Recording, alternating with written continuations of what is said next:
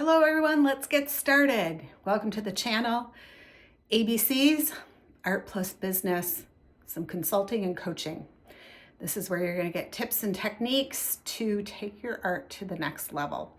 Or if you've not started your art career, this is a conversation to see if you do want to start art as a career.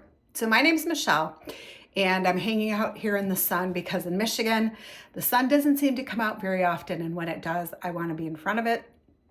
So yes, I'm sitting in my hallway of my home, filming this video to share with you, and it's sunny. So I'm being the fat cat and I'm sitting in the sun and I'm loving every minute.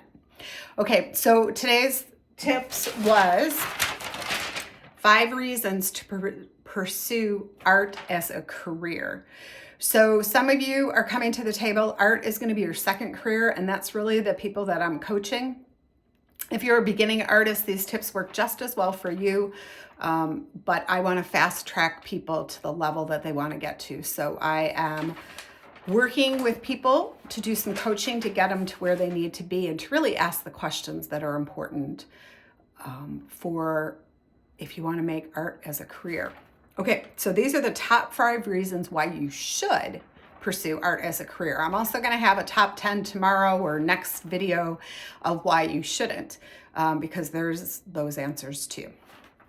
So just to give a little background, I do run a business. I have run this business since '91 with my husband, and it's called the Glass Academy. It's located in Dearborn, Michigan.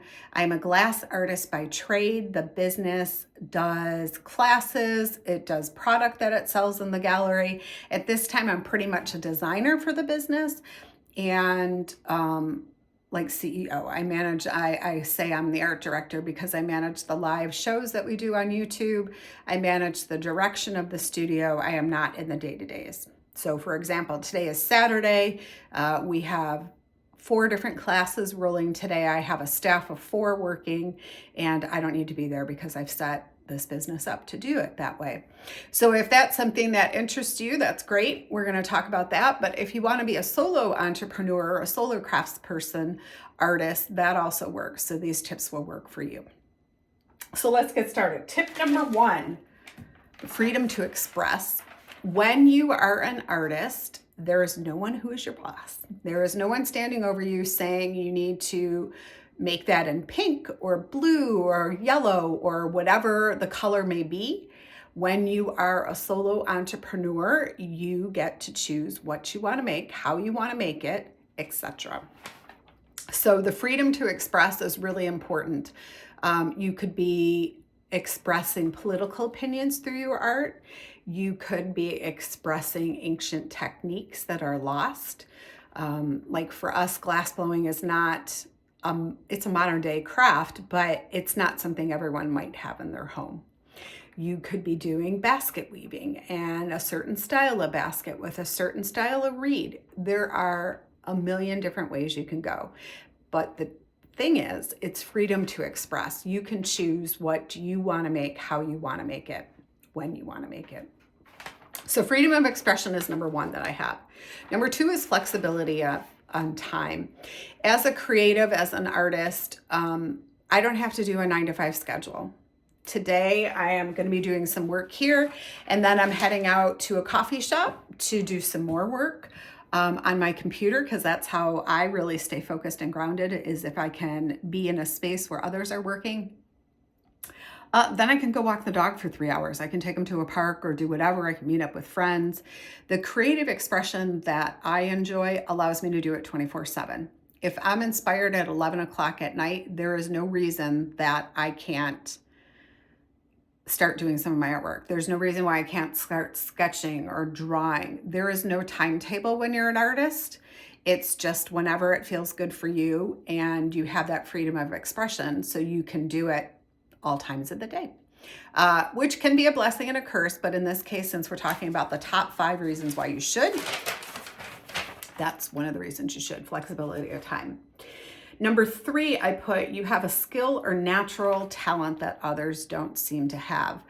And when I wrote this one down, I was thinking of people who are good at baking, and they just know it needs more salt, or it needs longer in the oven, or all these different things. I am not that person. I tried baking. You have to be precise, enough salt, these different conditions didn't work for me. I am not a baker. So what I did discover is that I am a good glass blower.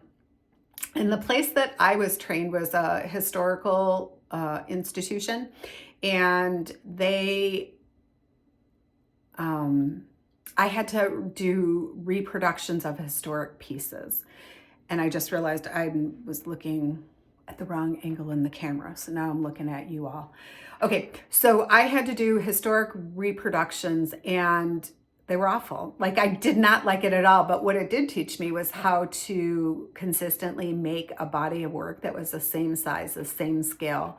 And so it really defined my profession. I would say it's like someone who takes sports. Like, if you're a tennis player, you're going to practice tennis over and over and over, and then you have a match.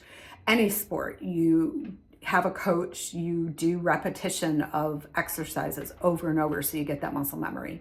So my first job taught me that. And in that job, what I recognized is the peers that were trained the same time as me, they did not have a natural ability. They did not know or understand or could see the next steps. There were about 5 of us that were taught at the same time. 2 of us really understood the medium. The other 3 had no clue. And so they would struggle, and we'd try to help them, and they just wouldn't understand. And then my friend and I, and he could be watching this video, he's a great craftsmanship, but what he didn't have was design capabilities. If someone handed him a blowpipe in glass and said, make whatever you want, he never knew what to make. He would make something very similar to what the items that we were trained on. He did not have color theory or style or size. It was really difficult for him to come up with new ideas. So in my career, what I discovered is that I was a little bit ahead of the learning curve because I had creative designs that I wanted to make, plus natural ability in the glass. So that was definitely a reason to go into that field. Number 4, you get to bring beauty into the world. Now, for me, I love beautiful things, so I am going to want to bring beautiful things into the world. I do not want to create art that's like about a political topic or something that happened in history that was unfair. And that's my choice. Many people choose this route, and that's perfectly okay. And I'm very happy they do, because art should make you excited, happy, change your emotion in some way. But for me, I like to make beautiful things, and I like people to find that beauty every day when they see our items. One of the things I can show you real quick, these are my plants, although that's not a very nice plant holder. This is one of my favorite plants. And I super enjoy growing these plants because they bring me beauty and joy. And so I do collect art as well, but plants are what really make me happy. And so people have told us that about our artwork. Like, oh, I love drinking out of your mug every day. It makes me feel really special. So that's what you have the ability to do. I also believe in color therapy. Color therapy is when certain colors relate to certain chakras in your body or make you feel certain ways. Now, an easy one is red, is like an emotion of anger or fiery, like feisty, whereas something like a light blue might be calming and more serene. And so I firmly believe when you're drinking out of a drinking glass of certain colors, you're picking up the emotions that those colors bring on. So that's just another form of beauty for me, and where I see beauty. Okay, that was number 4. And number 5, it feeds your soul. That's the best one. If you're thinking about changing into an art career, or you think you want to do art as a career, know that it will 100% feed your soul. There are no rules, no boundaries.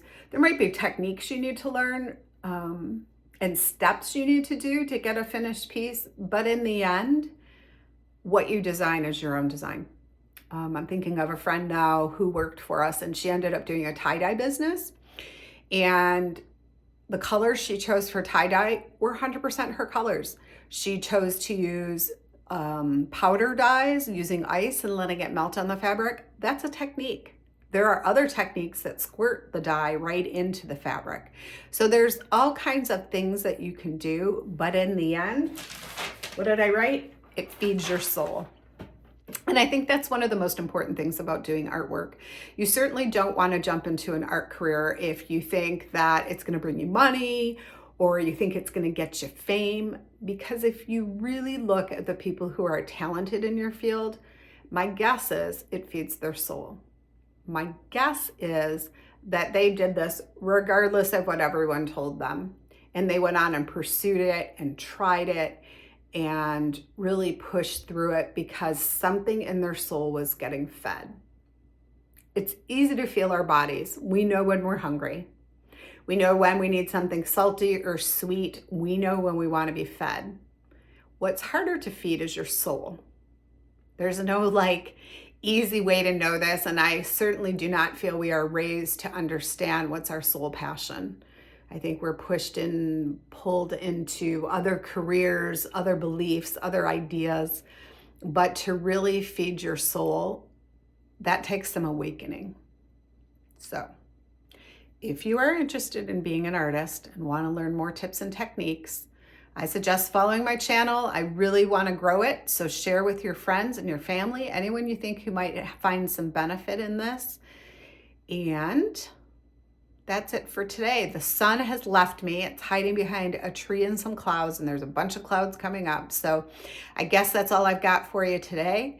Thanks for watching. We're going to do 5 tips on the opposite way, why you don't want to do this as a career. And we'll hit that one with us very soon. So have a great day. I hope you guys enjoyed the video.